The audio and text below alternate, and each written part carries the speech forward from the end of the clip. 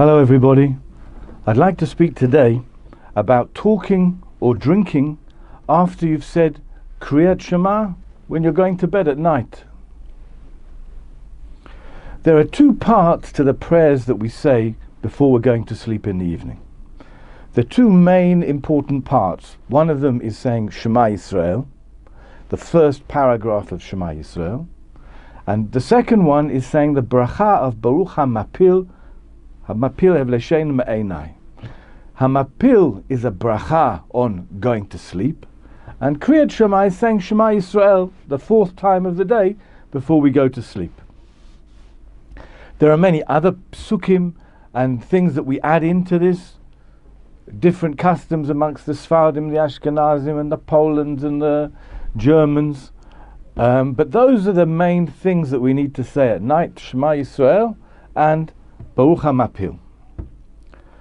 Says the Mishnah Berurah that after you've said Shema Yisrael, you're still allowed to eat or drink if you need to.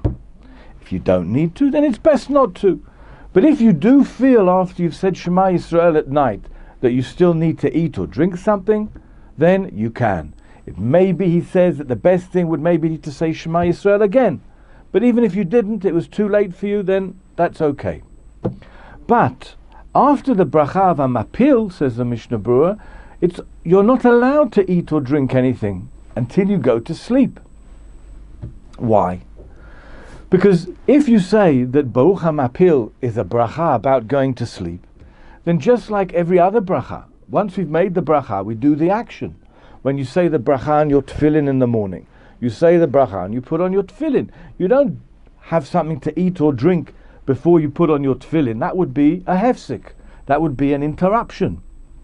When you make a bracha about borei pri ha'etz, to eat an apple, you don't go and do something else before you eat the apple. Straight away you eat the apple. We don't want any hefsekim. We don't want anything to come between the bracha and the action.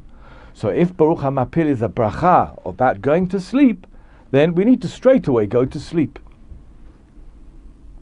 But that's a little bit difficult to understand, because whenever the Anshe Knesset HaGadol, when our rabbis in the past enacted this bracha of Hamapil, they knew that you can't just go to sleep automatically.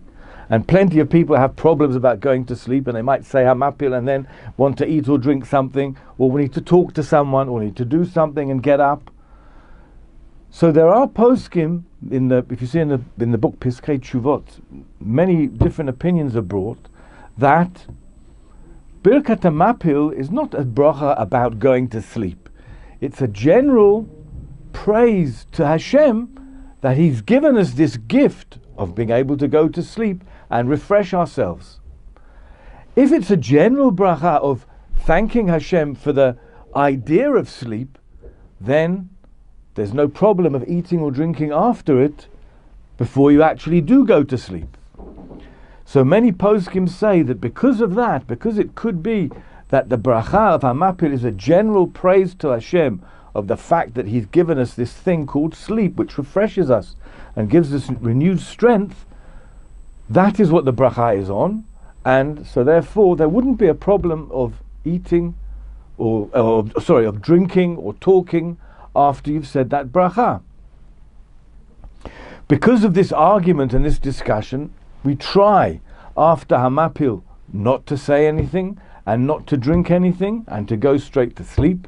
But if we can't, if something needs to be done, or we need to drink something, or the children need attention, then you can certainly do it and afterwards go to sleep.